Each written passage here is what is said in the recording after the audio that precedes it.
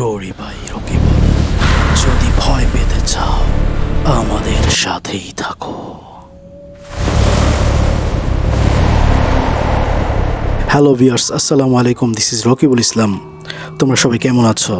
চলমান পবিত্র মাহে রমজানের শুভেচ্ছা জানিয়ে শুরু করছি আজকের ঘটনাটি এক স্কুল শিক্ষকের জীবনে ঘটে যাওয়া ভয়ঙ্কর অভিজ্ঞতা। চলো বন্ধুরা, আর দেরি না করে আমরা আমাদের গল্পে ফিরে যাই। 2001 সালের কথা। সুনামগঞ্জের এক প্রত্যন্ত গ্রাম ধনীপুর। গ্রামটা খুব শান্ত, চারদিকে ধান ক্ষেত, কাঁচা রাস্তা আর পুরনো গাছপালা। সেই গ্রামে আছে একটি সরকারি স্কুল, ধনীপুর সরকারি প্রাথমিক বিদ্যালয়। একদিন সেখানে নতুন হেডমাস্টার হিসেবে পোস্টিং পান মোহাম্মদ আরিফুল ইসলাম। আরিফুল ইসলাম স্যার শহরের মানুষ, কিন্তু চাকরির সুবাদে তাকে এই দূরের গ্রামে স্কুলে আসতে হয়। স্কুলে যোগ দেওয়ার পর তাকে থাকার জন্য দেওয়া হয় একটি ছোট স্টাফ কোয়ার্টারটা স্কুলের ঠিক পেছনে, আর তার ঠিক উল্টো পাশে একটি ছোট পুকুর। স্কুলে যোগ দেওয়ার কয়েকদিন পর এক বিকেলে হাঁটতে হাঁটতে আরিফুল স্যার সেই পুকুর পাড়ে গিয়ে দাঁড়ান। পুকুর পাড়ের ধারে একটি ছেলে বসেছিল, বয়স আনুমানিক 12 থেকে 13 হবে, স্কুলের ড্রেস পরা। ছেলেটা চুপচাপ পানির দিকে তাকিয়েছিল। স্যার ছেলেটির কাছে যেয়ে বলল, বাবু, তোমার নাম কি? ছেলেটি কোনো উত্তর দিল না। স্যার আবার জিজ্ঞাসা করলো, তুমি কি এই স্কুলের ছাত্র? ছেলেটি মাথা নিচু করে হ্যাঁ সূচক মাথা নাড়ালো। স্যার হাসলেন এবং বললেন, তুমি কোন ক্লাসে পড়ো? ছেলেটি বলল, আমি ক্লাস 6-এ পড়ি। আমার নাম রায়হান। স্যার জিজ্ঞাসা করলো, তোমার বাড়ি কোথায়? ছেলেটি বলল, বটতলা গ্রামে, পূর্ব পাশের হাওলাদার বাড়ি। স্যার আবার তার বাবার নাম জিজ্ঞাসা করলো। ছেলেটি উত্তর দিল, আমার বাবার নাম আব্দুল হালিম হাওলাদার। ছেলেটির কথা বলার ভঙ্গি খুব শান্ত ছিল, কিন্তু তার চোখে কেমন যেন একটা দুঃখের ছাপ।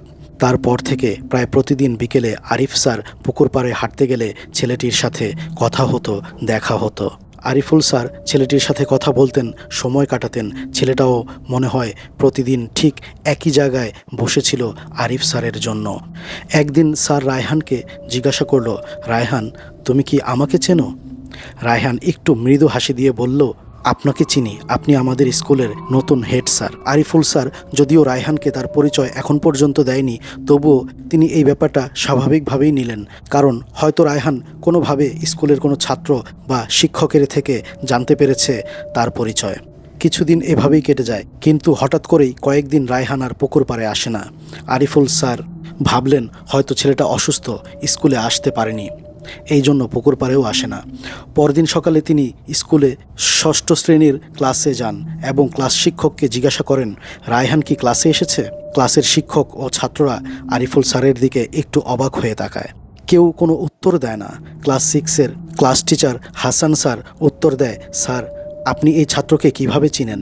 আরিফুল স্যার বলল, আমি তো ওর সাথে প্রায়ই স্কুলের পুকুর পাড়ে বসে গল্প করি, কিন্তু বেশ কয়েকদিন হলো সে পুকুর পাড়ে আসে না, তাই খোঁজ নিতে আসলাম।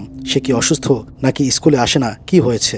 হেড স্যারের মুখের কথা শুনে ক্লাসের সবাই একে অপরের দিকে তাকায়। হাসান স্যার একটু ভুরু কুঁচকে অবাক হয়ে তাকায় আরিফুল স্যারের দিকে। তারপর হাসান স্যার জবাব দেয়, স্যার, রায়হান তো আমাদের স্কুলের ছাত্রই ছিল, তবে বেশ কয়েক মাস আগে সে মারা গেছে। কথাটা শোনার পর আরিফ স্যারের ভেতরে কেমন যেন একটা ধাক্কা লাগলো। তিনি হাসান স্যারের কথাটা একদমই বিশ্বাস করতে চাইলেন না এবং তিনি আবার বললেন, এই তো রায়হানের সাথে আমার কয়েকদিন আগেই দেখা হয়েছে, আপনি এগুলো কি বলছেন? তারপর হাসান স্যার বলল, স্যার, রায়হানকে তো আপনার চেনার কথা না, কারণ আপনি এই স্কুলে জয়েন করার 1 মাস আগেরই ঘটনা। স্কুলের পেছনের পুকুরে গোসল করতে গিয়ে রায়হান আর ওঠেনি। তারপরের দিন সকালে রায়হানের নিথর দেহ ভেসে উঠেছিল।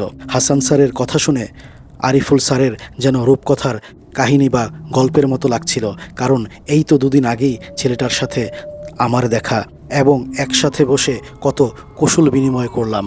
আরিফুল স্যার সমস্ত কথা শোনার পর একটু অসুস্থ বোধ করলেন, তার সারা শরীর ঘাম দিয়ে দিল। সে আর স্কুলে থাকতে পারলেন না। সেদিন আর তিনি স্কুলের কোনো কাজই করেননি, বাসায় ফিরে যান। তারপর সারাদিন শুধু বসে বসে রায়হানের কথাই চিন্তা করছিলেন এবং তার 2 চোখে পানি চলে এসেছিল রায়হানের কথা শুনে।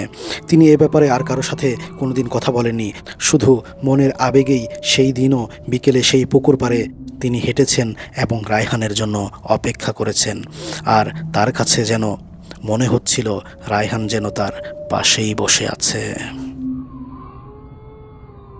বন্ধুরা, ঘটনাটি তোমাদের কাছে কেমন লেগেছে অবশ্যই আমাদেরকে কমেন্ট করে জানাবে। তোমরা যারা আমাদের কাছে গল্প পাঠাতে চাও তারা অবশ্যই আমাদেরকে গল্প পাঠাতে পারো। ডেসক্রিপশনে আমাদের ইমেল অ্যাড্রেস দেওয়া থাকবে, তোমরা চাইলে আমাদের ইমেলে গল্প পাঠাতে পারো। তোমরা যারা এখন আমাদের চ্যানেলটিকে সাবস্ক্রাইব করনি, আমাদের চ্যানেলটিকে সাবস্ক্রাইব করে আমাদের সাথেই থেকো। আজ চলে যাচ্ছি, আবার ফিরবো নতুন কোনো ঘটনা নিয়ে। ততক্ষণ পর্যন্ত ভালো থেকো। আল্লাহ হাফেজ। আসসালামু আলাইকুম।